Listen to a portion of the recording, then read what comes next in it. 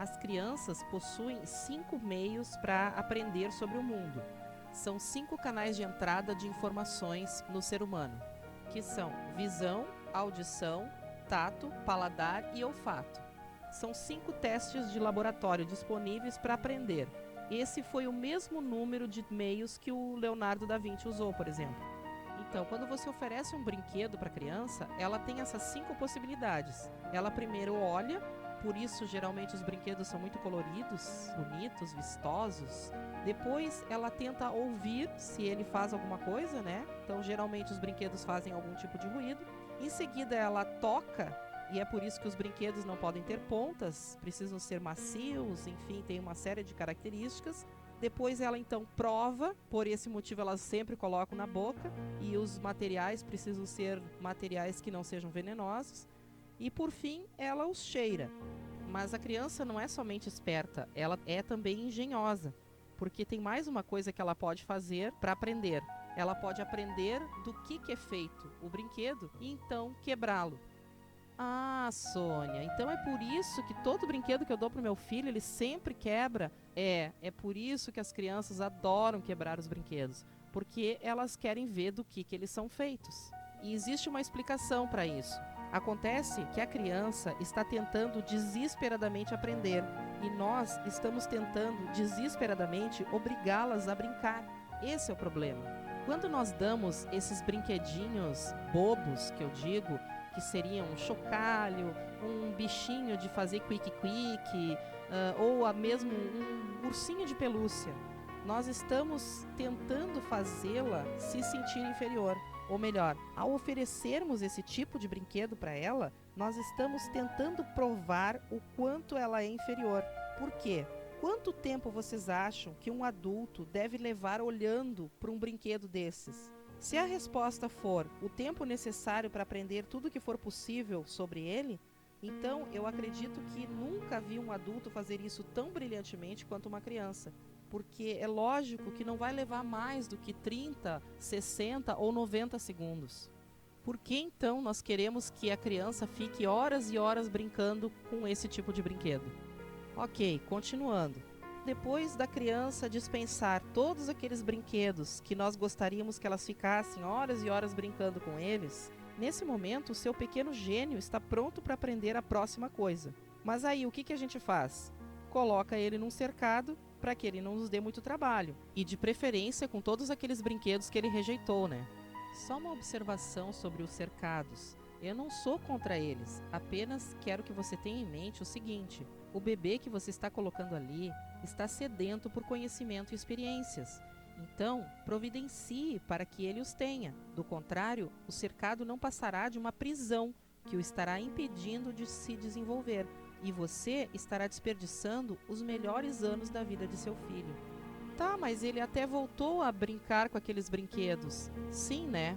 Que opção ele teve? Conseguem perceber onde que nós falhamos? Deixa eu aproveitar e fazer um parênteses aqui para comentar a respeito de alguns modelos de almofada que eu vi na internet, que vêm de encontro ao que nós estamos falando. Em 2008, eu inventei uma almofada para ajudar a minha caçula a ficar sentada, que é essa daqui. E há pouco tempo descobri outros modelos que estão sendo feitos por aí. E eu gostaria de comentar a respeito de 2 modelos. Um é esse daqui. Observe que é uma almofada muito bonita, mas sob o ponto de vista do bebê, essa almofada tem algumas características. A cabeça do bichinho, para o bebê, nada mais é do que um calombo que o impede de ver melhor, diminuindo assim o seu campo de visão. E também, por outro lado, impede que a criança passe para a próxima fase, que é a fase de engatinhar, porque a almofada bloqueia o movimento das pernas e aquele movimento de impulsionar o corpo para frente ou para trás. Se você colocar algum objeto na frente da almofada para que o bebê possa ir até ele e pegá-lo, com esse modelo o bebê não consegue.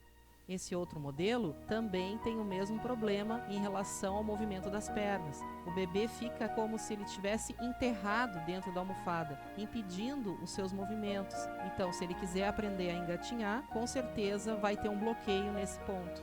Inclusive, quando a minha filha entrou nessa fase de engatinhar, ela saía com a almofada nas costas, parecendo uma tartaruguinha. Pena que eu não tenho uma foto para colocar aqui para vocês verem. E o bom disso é que a almofada não impediu que ela engatinhasse. Pelo contrário, até estimulou. É necessário que haja segurança para nossos bebês? Sim, com certeza. Mas temos que cuidar para que não seja tão seguro, mas tão seguro a ponto de protegê-lo também contra o aprendizado. Então, continuando, conforme a criança vai crescendo, cresce também a criatividade. E com a sua ajuda, logo ela descobre que pode utilizar os seus brinquedos para criar coisas e situações. Ela se transforma de um simples bebê que só analisa os objetos e os joga fora para uma criança que os utiliza a fim de criar histórias, onde ela passa a ser a dona da situação, quem comanda, quem cria as regras e dirige o espetáculo. Bichinhos de pano, bonecas, por exemplo, podem virar pacientes de um doutor ou doutora fulaninho de tal. Equipamentos de cozinha ou eletrodomésticos de plásticos se transformam em uma brincadeira de faz de conta, mas isso acontece geralmente depois do 13º mês de idade em diante.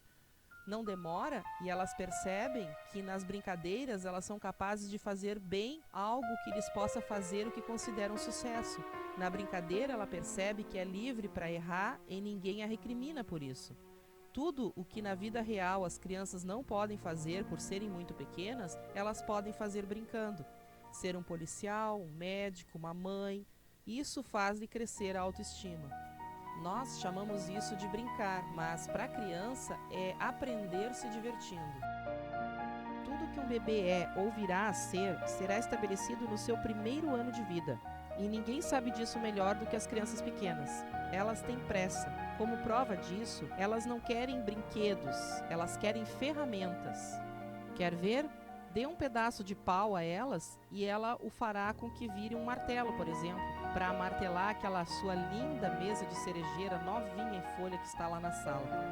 Sabe o que a criança quer? Ela quer ser como você e o mais rápido possível. E elas estão certíssimas em querer isso. E olha só que interessante.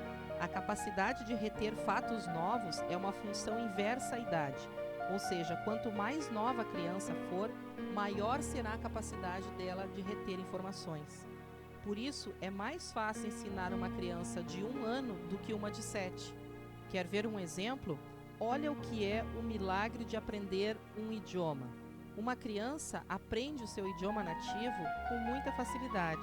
Já um adulto, se está tentando aprender uma nova língua, pode passar horas e horas estudando, às vezes até mesmo noites em claro, e ainda assim não ser capaz de falar uma única frase erudita naquela língua. Já uma criança, em pouco tempo, ela aprende a falar o seu idioma com grande facilidade. E a prova disso está aqui, ó. Pergunte-se a si próprio quantos poemas você aprendeu no ano passado e é capaz de recitá-los agora, nesse momento. A resposta talvez possa ser um ou talvez nenhum. Agora eu te pergunto, quantas cantigas infantis você aprendeu antes dos 6 anos de idade e é capaz de cantar? Tipo, Atirei o Pau no Gato, Dorme, Dorme, Neném, Escravos de Jó. E quantas noites em claro você precisou decorá-las? Ou será que você aprendeu por um tipo de osmose infantil? Isso aconteceu porque quanto mais jovem a pessoa é, mais fácil é para assimilar novos fatos e retê-los. Muita gente acredita que quanto mais velhos ficamos, mais inteligentes nós somos, mas isso não é verdade. Quanto mais velhos, mais sabedoria nós adquirimos. Essa é a única vantagem que os adultos têm sobre as crianças. As crianças não têm sabedoria. Os bebês nascem sem sabedoria ou conhecimento. Mas, ao nascimento, a capacidade de assimilar fatos dispara como se fosse um foguete, lançado diretamente para cima. E, semelhante ao foguete, após atingir uma certa altura, diminui o ritmo, numa curva achatada, e embarca numa trajetória paralela ao solo. Mais ou menos como mostra essa figura aqui, que eu estou tirando do livro. Portanto, a capacidade de aprender dispara como um foguete e depois cai rapidamente, enquanto a sabedoria vai subindo devagarinho. Aos 6 anos, estas linhas se encontram, e neste ponto, a capacidade da criança de reter informações sem esforço algum está quase terminada para o resto da vida. Por isso, você precisa aproveitar esses primeiros 6 anos de vida Eles são os mais preciosos na vida de qualquer ser humano.